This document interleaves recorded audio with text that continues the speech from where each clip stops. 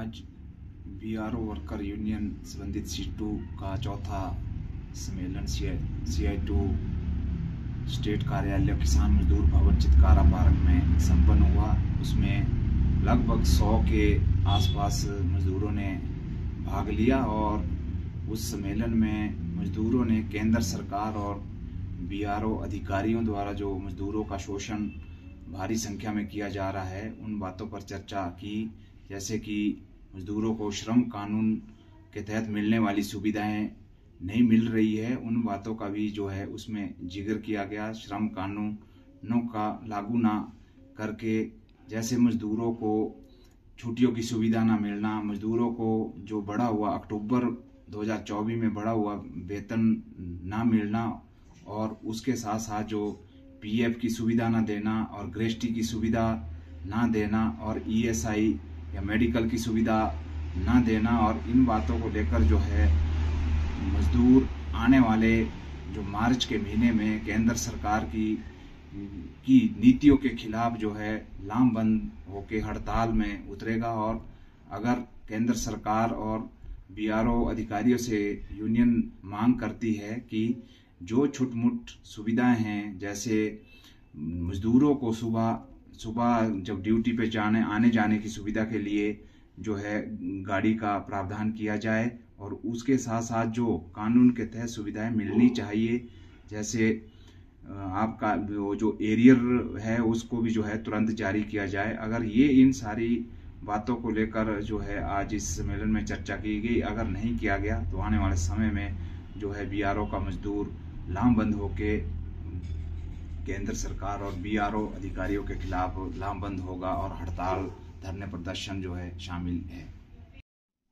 मुझे लगता है शायद आपने कुछ नजर दौड़ाई होगी उसमें। हालांकि बालक राम जी ठीक ही कह रहे थे कि उस रिपोर्ट को ऐसे करके मरोड़ा और जेब में डाल दिया बैगों में।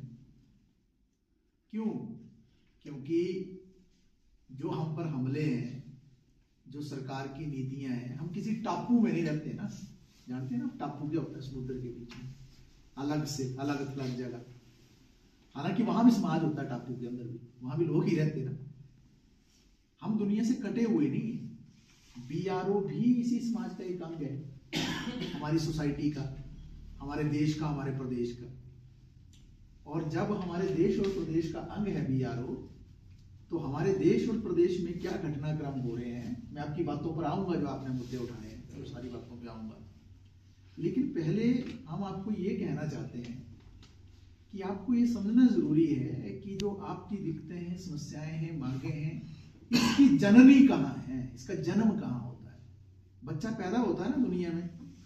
आसमान में थोड़ी पैदा हो जाता है। ऐसे कोई नदी नाले में नहीं मिलता बच्चा ना, माँ के गर्भ से पैदा होता है ना। माँ देती है ना बच्चे को जन्म, तो मतलब बच्चे का जन्म माँ देती है। हमारी समस्या का भी जन्म कहीं से होता होगा जरूर, कहीं से वो जड़ होगी ना उसकी, कोई तो कोई एक चीज होगी ना जहां से वो हमारी समस्या पैदा होती होगी। या हम सिर्फ ये मान के चल रहे हैं कि जो हमारे DK रोड में या दूसरी जगह में बीआरओ में कहीं भी जो हमारी समस्याएं हैं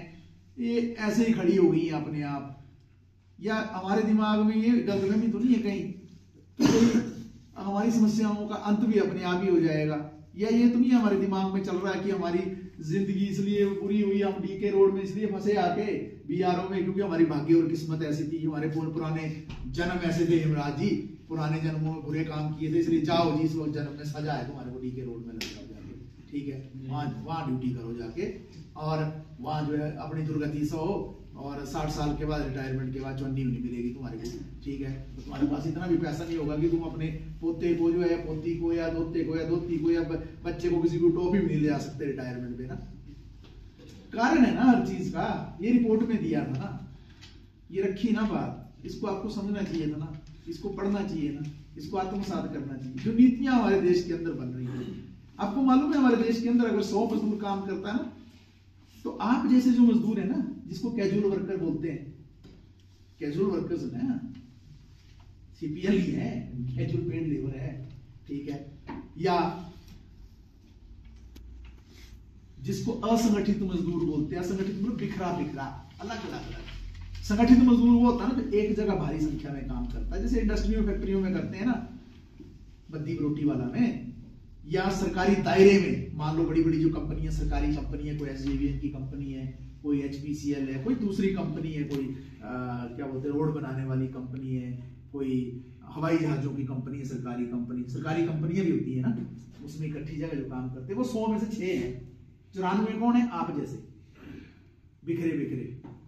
और यही 94 सबसे ज्यादा शोषण के शिकार है, जुल्म और अत्याचार के शिकार है। इनके लिए कानून ही नहीं बढ़ते हैं उस तरीके से, इनकी बात कोई सुनता ही नहीं है। अब यहां बहुत सारे प्रश्न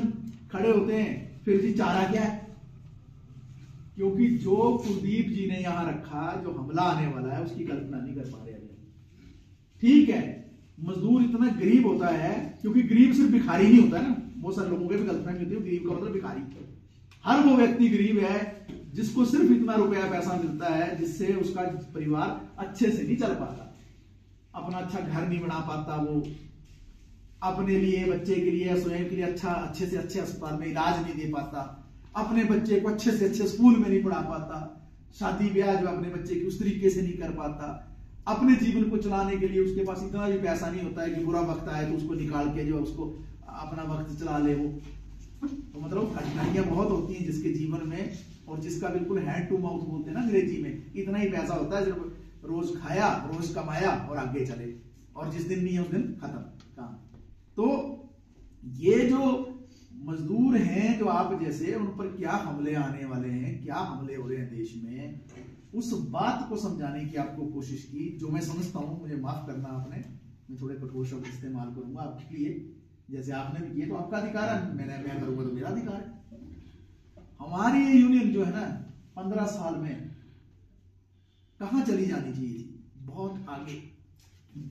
ये छोटी यूनियन नहीं, ये बच्चा पैदा नहीं हुआ अभी 2, 4, 6 महीने का नहीं है, नहीं रहा है बच्चा, ये 15 साल में समझते हैं कितना बड़ा हो जाता है बच्चा, माँ बाप को भी बताना शुरू कर देता है कई बातें। ये तो यूनियन में जिस तरीके के संघर्ष आंदोलन या जिस तरीके से बढ़ोतरी होनी चाहिए थी, उसमें कहीं ना कहीं कमियां हैं।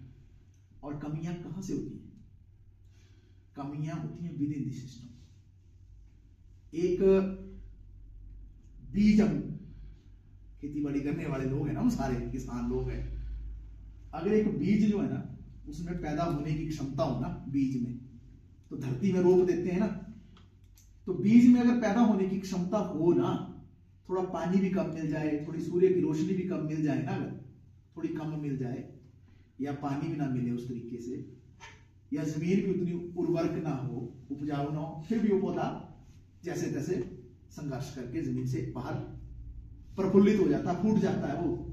बीज जो है फूट के पौधा बन जाता है। लेकिन अगर बीज में पैदा होने की क्षमता ही ना हो, क्या बोलते हैं आपकी भाषा में, बीज होता है बेकार बीज होता है,